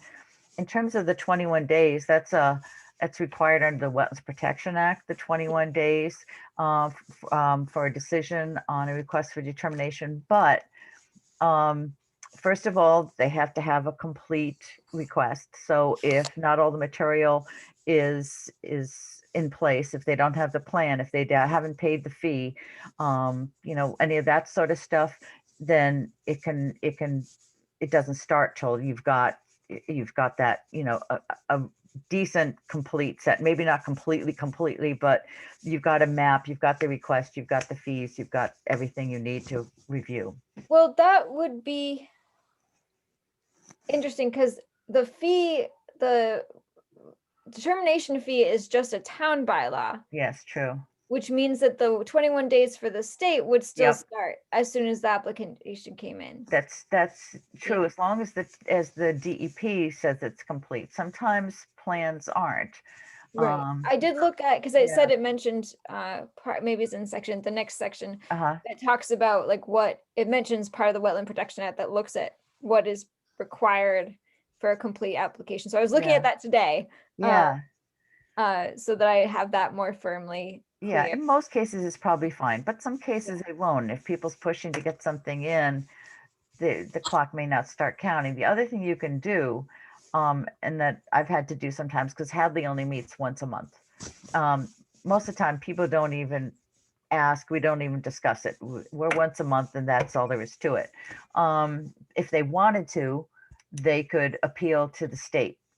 Then they'd have to send their appeal to DEP, and DEP is going to drag their feet on anything. So it's to the applicant's benefit to just take the 28 days instead of the 21 days. But it's always their option that if you don't get a decision out in 21 days, that they can appeal to the DEP for a new decision. It won't be any faster, but you know, maybe it'll be better. I don't know, but that is something. And you can ask the applicant, you can explain to them when they submit it, saying, look, you know, this time of year, we only meet once a year. So it'll be, you know, a month, you know, but maybe it's not quite a month depending on when they submit, but you know, it could be up to 28 days before we actually get it out to you. Is that okay?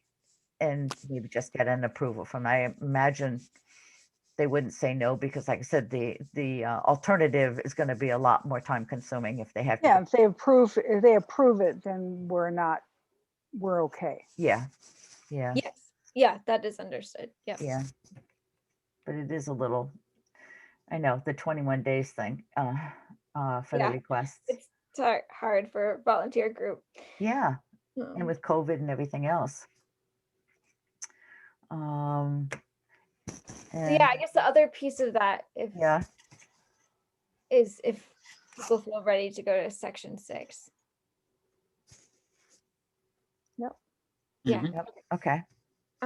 Is the waiting for 14 days to hear back. So so first of all, like this hasn't been, I mean, not under my watch. I don't know if Linda was doing this. She didn't mention it to me, and I didn't catch it in the town bylaw when I first read it through. So this is something I can start doing, so this I can implement and get these boards involved. But the 14 days, depending on when a determination comes in, that just isn't reasonable to wait. Yeah, I agree that is a tough one. That was one of the sticky ones. Certainly you could send something out nowadays digitally rather than having to have, you know, a big set of plans. Like you're supposed to, the applicant's supposed to provide a copy of, like, you know, like the solar stuff, a complete, you know, roll of maps for each of those different boards. Yeah, building I definitely inspector. think I can do that piece of it. Should we be better about could that. this be spelled out in our regulations as a requirement that the applicant provide enough copies of things, or that they submit things to the boards? Or That's the way it's the applicant now, but it could be really burdensome for some people, and especially in a time when it's very difficult to be able to reach the select board or the Board of Health or the planning board or a conservation commission, with COVID. But electronically, you could do it, but it's the 14 days. If it comes out right most of the time, you can send it out if Tessa has the time to be able to send stuff out right away to an email address for these different boards and tell them you've got 14 days as of blah, blah, blah, whatever day we have to receive your response, or it Right. doesn't count. But Yeah. sometimes it can still cut close. Yeah, I mean, if it was important to the boards, they can schedule an extra meeting to go over it. That's always, Yeah. I mean, that's not an easy thing to do, but they can. I just think I was just concerned, like, yeah, I could see that the timing could work, Yeah. but I think depending on when the determination arrived in relationship to when the next Concom meeting was, that this has the 14 days is not, I don't know for sure, but I think it's unlikely that that's been what's happening. And I don't know that would be possible. We've got 21 days. we've got 21 days to open the public hearing. Not for a determination. You have No. 21 days to issue for a determination. Oh, okay. I'm sorry, I'm missing that. That's the, sorry. Yeah, no, that's perfectly. I think for notice of intent, it's more possible. Yeah. For a determination, that's what the sticky point. That's only 1 week. Yeah, and less depending on when it lines up with a meeting. Yeah, like when you were doing all the lake notices for the drawdown, you were cranking things out every 2 weeks. And this way it would back you up a month easily for anything that wasn't done in the 14-day period, because you were having hearings twice a month and every 14 days. And if you didn't have their responses, you'd have to wait until the next hearing and keep on going. So I can see that would be a problem.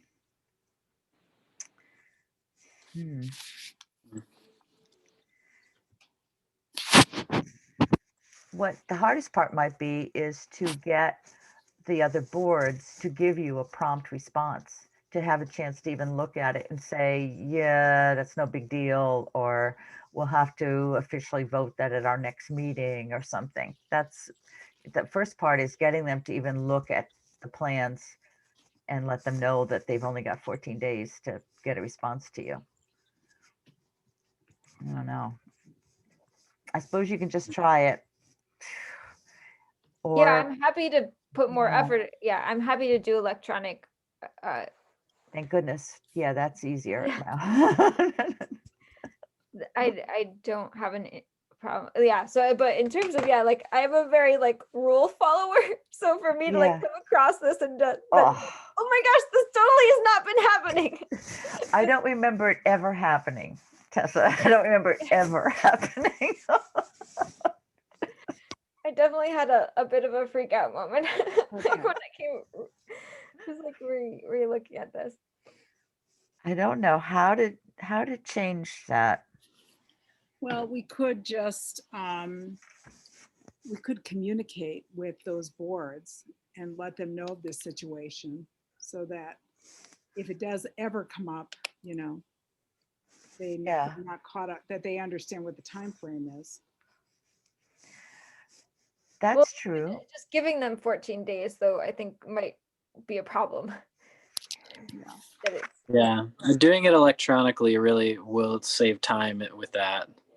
But I know it doesn't say that. It has to be mail, right? According to this, and that 14 days, I just really don't think will line up well with meetings all the time. 14 days from receipt of notice to file written comments. Yeah, so you can't give them 7 days and then having 7 more days on your own to, compile the information. Yeah, I guess all you can try doing is emailing them as soon as you get the plans and giving them the deadline and holding them to it. And if they don't respond, they don't respond. Right. I mean, I guess I was more envisioning a situation where the commission would want to issue the paperwork and the 14 days hadn't expired. Mhm. That Yeah, seems- that also would be an issue. It I mean, seems more likely.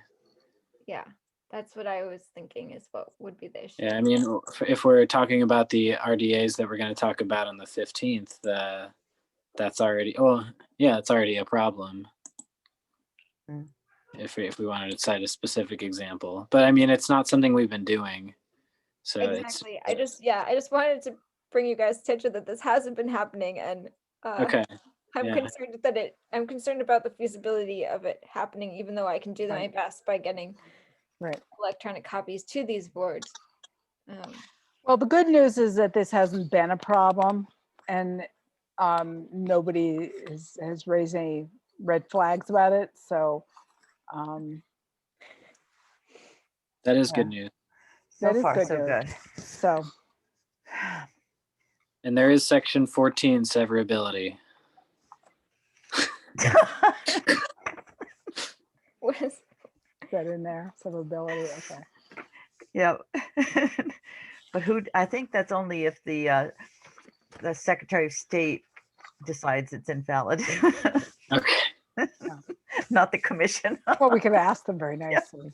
Well, Yes, right, I was more saying if it came to be such a problem, we could, potentially still keep the rest of the bylaw.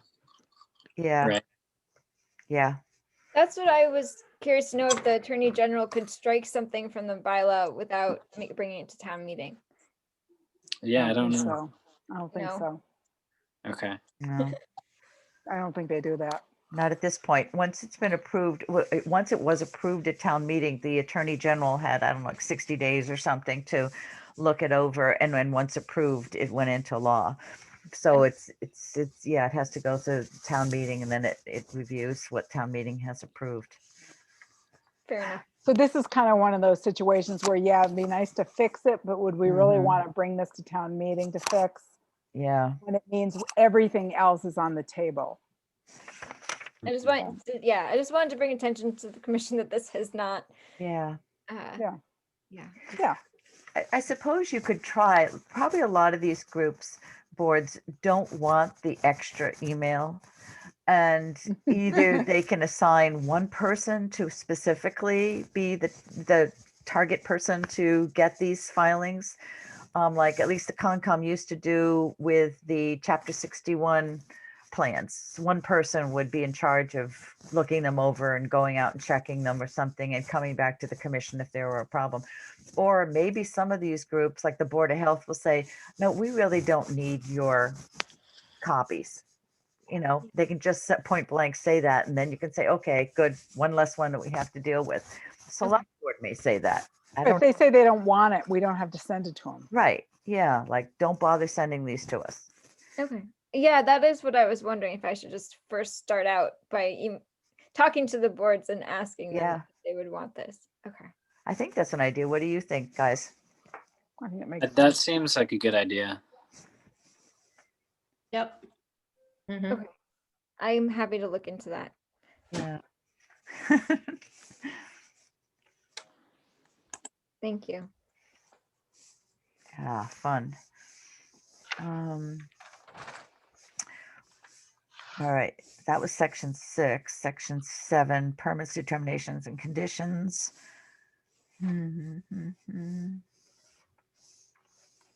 So that has the 21 days from the close of a public hearing for a notice of intent you have to issue. And I will admit that in Hadley, I don't always issue within 21 days, sometimes not even within 30 days, especially now because I'm part-time and getting signatures. We have to do it the old-fashioned way. I go around, driving around to people's houses to get signatures. And no one has complained yet, and it's been years. Because if they complain, they'd have to appeal to the DEP, and then that is going to take them another year or so. That's the good or the bad of it. Yeah. Shutesbury did the electronic signature vote. They won't do it. I tried it. I Um, asked. No. 2 of them will do electronic signatures, but the rest don't know how and don't want to. So anyway, So the rest of it seemed okay. The permit for 3 years, 5 years for maintenance, and can be renewed once for an additional 1-year period, received in writing. So all that is pretty normal. And using the same forms or whatever applications on that. And then section 8, the regulations, which maybe we'll have some ideas on things to add to that to help out. And then definitions. Yeah, and then 9, definitions. And you don't really want to add any more definitions to this because that would be considered a change to the bylaw. The bylaw does say the other things will be in the regulations. And you have a pretty minimal definition section there, but it's the important thing especially is the alter, so that's good. Section 10, the security. Do you guys ever use those things, the performance bonds or anything like that? I never. No. Yeah. I still don't quite understand what it is.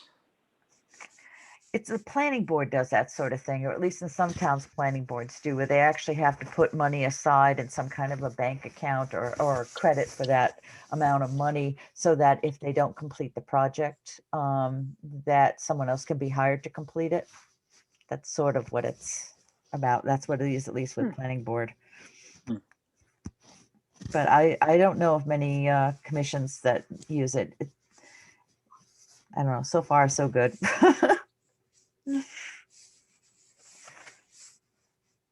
I did see, did you see, you probably saw the thing, the Daily Hampshire Gazette, the Williamsburg solar project and the giant debacle of faulty or insufficient sediment and erosion control, and that the requirements for what they had to do for the violation included things like restoration of the wetlands and all, but it also included some conservation restrictions on other land permanently. So it was interesting.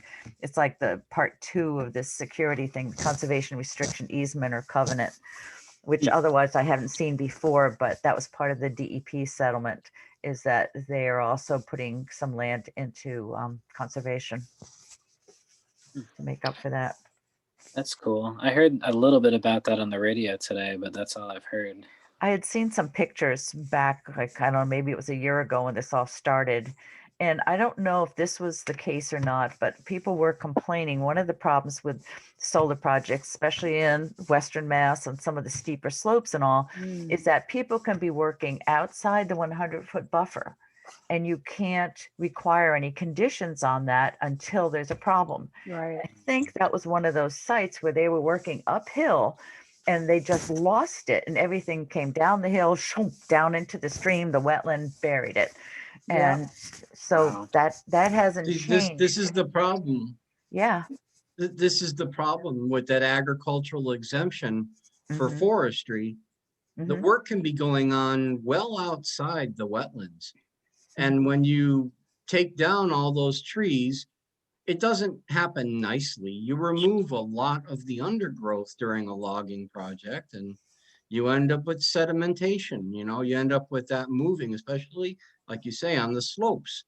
Mhm. This is it. The problem is the separation between 161 and 162. It's Yeah. nothing you're gonna fix in Shutesbury. But Yeah. around the solar projects, I remember this was a discussion point during the public hearings with the planning board, was there was some isolated wetland and they didn't have any kind of stormwater management system between the Mhm. arrays and the wetland. And we had this whole conversation. I remember Mark Stinson saying, well, we'll be there if there's a release and it's an enforcement situation. Mhm. Otherwise, there's nothing we can do. And it ended up that the planning board kind of pressured them and they redesigned the stormwater system to get the water away from the isolated wetland. But Huh.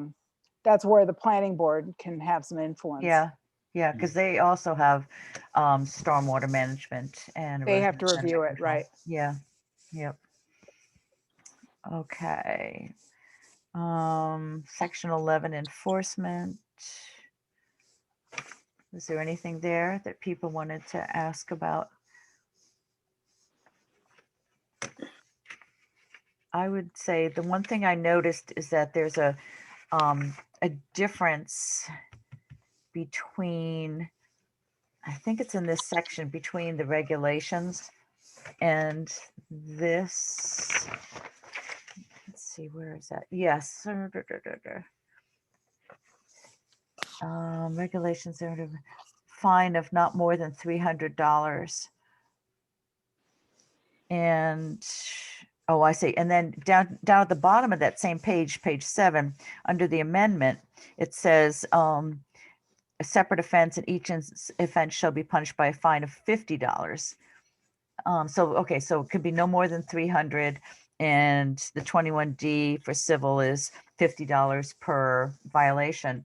But then in the regulations, on the last page of the regulations, the 21D penalty is $25 for the first offense, 50 for the second, 100 for the third, and 200 for the fourth and each subsequent. So there is some differences there.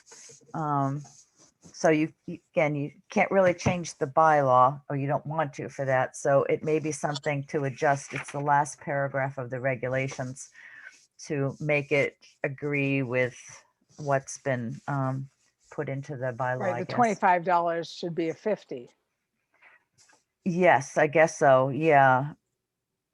And I don't know about, but then the next one's 100 and 200. I'm not sure you can do that. I think it's 50, 50, 50, but you may have more than one violation and that could add up to more. I don't know. But at any rate, that's something that you should just look at.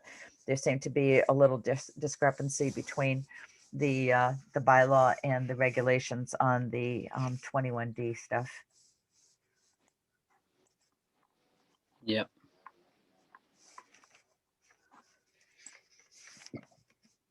Okay. Burden of proof.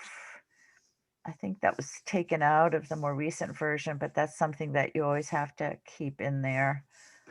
And again, your significant or cumulative effect. So I think that's in the front page under the values, that it might be good to have a definition in the regulations for significant or cumulative effect. I can send you some examples that I've found on different bylaws that you can look at and, make your own from it. Yeah, that would be great. Okay. Sections 13, relation to Wetlands Protection Act, home rule. Home rule just basically means that it has to be more restrictive than the state law. So if all you're doing is just mimicking exactly what the state law does, then they've been rejecting those bylaws, because you have to have some pieces that are more restrictive. And usually for nowadays, they do a longer, lengthy explanation of why this is necessary for this particular town, whatever that may be. You have steep slopes, you have, I don't know, aquifer, whatever sort of stuff like that. But at any rate, I think we're okay because it is more restrictive. And then 14, severability. That's what Liam mentioned before, that if any section is considered not valid, it won't invalidate the rest of the bylaw. So that's good. And then comes your amendment on the non-criminal enforcement. And that. And do you guys, have you used that at all? Have you used the 21D? No. Because we did this way back. I only issued one ticket. It was to Millie Bennett at Bennett's Beach, because she went in and renourished the beach, brought in truckloads of sand, and she did it without a permit. And she said, "I've been doing this for 50 years and this sort of thing." But I marched over there with a policeman and issued her a civil violation. Oh my God, Janet. It was fun. That's why I had the policeman. Oh man, you're but, a bad person. It was the only time we actually used it, because she was adamant about she didn't have to file. But what we had, and what I understand is still what you use, although it would have to be updated information on it, is basically what the police use for parking tickets. That's kind of a citation. And at that time, I bought a bunch of them, and you have to have the current address of the local, some local court. I don't remember which court it is. So it used to be in Belchertown, then it was on Route 9 in Hadley. I don't know if it's all out of Northampton now or not, but the police, whatever the police use for their parking tickets, if they have such a thing, or other sorts of minor, civil violations, that's the ticket that you could use as well with your authority under the 21D. But someone has to be listed as being an enforcement person. It could be more than one person. It could be the chair, whatever, and that's supposed to be filed with the clerk. So I don't know if you feel like you ever have the need of that. So far, so good on that, but there's a little bit of a procedure that's involved before you can actually. Well, that's really interesting. I don't know. Yeah. It'd be interesting to ask Penny. Maybe Penny's got it in a drawer somewhere. Well, we're discussing the roles of the different commission members on the agenda, so that can be part of that list, I guess. Yeah. Right.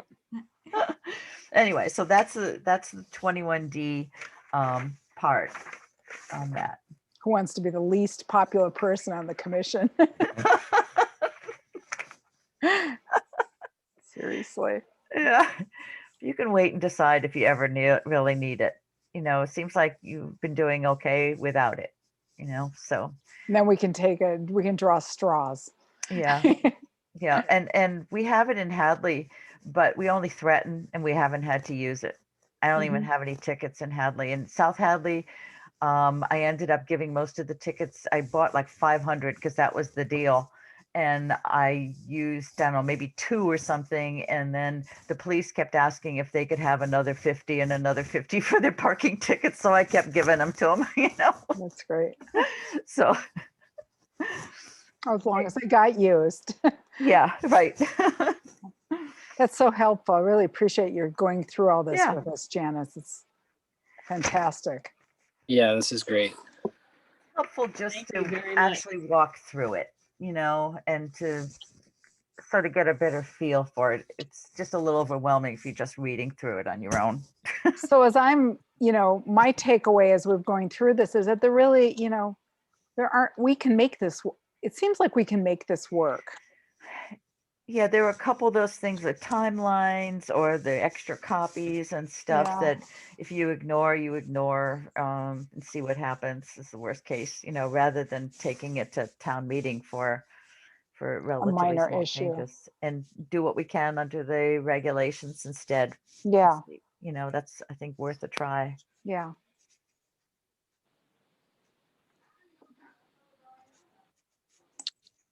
Yeah, so I guess going forward, we want to, sorry. Oh, we lost you. My phone is almost dead. I think I need to put it on the charger. I was just going to say, I agree with Miriam. A lot of my concerns, I think, were quelled by going through this with you, Janice. Good. And it sounds like if we ignore some of the things that Tess is concerned about too, we can keep this bylaw and maybe fix the rest of our concerns in the regulations. I can tell it's hurting her soul to think of not following something exactly. I'm totally a rule follower, so yeah. I can't abide by both the bylaw and the state. Like, what do I do? Well, let's figure out what we could fix. Take some deep breaths. Just take some deep breaths. Yeah, and do the best fix you can for it, and try to meet the if not the letter, then the, what is it? The intention or whatever of the law or the rule or whatever. Yeah.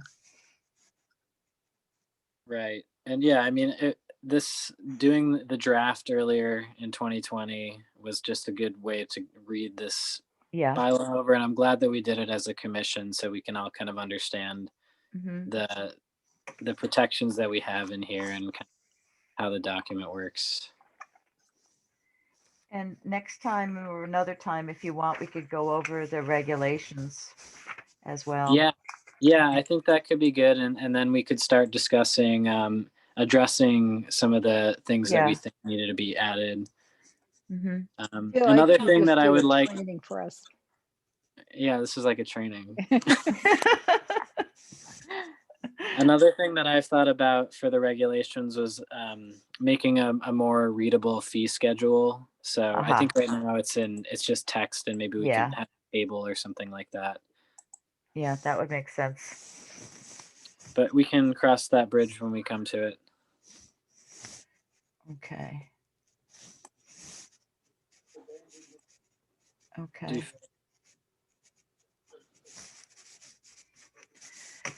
Anyone so, still awake? Trying to I be. am still awake, and I have a question goes back to the beginning of this meeting. I just want to confirm the site visit for 4858 Shore Drive is on the 10th at 3:30 in the afternoon? Yes, yeah, I think a time wasn't specified. It was afternoon. 3:30. Want to go with 3:30 for the time being, and then see what the landowners say. Yeah, that's fine. But it's the 10th? The 10th, Correct. Wednesday. Next Okay. Wednesday. Thank you. All right. Any other thoughts before we close the meeting? Glad we did this. Hmm. Yeah, it was super helpful. Thank you, Janice. Thank you so much. Thank you for putting up with it. Of course. No, it's great. Yeah, I know. Did we have anything else we needed to cover tonight? Nope, that was it. Yay. Yay. We're done before 10. Yay. Oh, Yeah, it's closer to 9 than 10. That's really great. There we go. you poor guys. Ah, All right. So I'll make a motion that we close this meeting at 9:11 p.m. I second. All right. David, Bye. DeFont, Aye. Harrington, Aye. Cregan, I. Thank you very All right. much, everyone. Thank you, everybody. thank you. John, thank you. Good night. Thanks. Thank you. Good night. Good Bye-bye. night.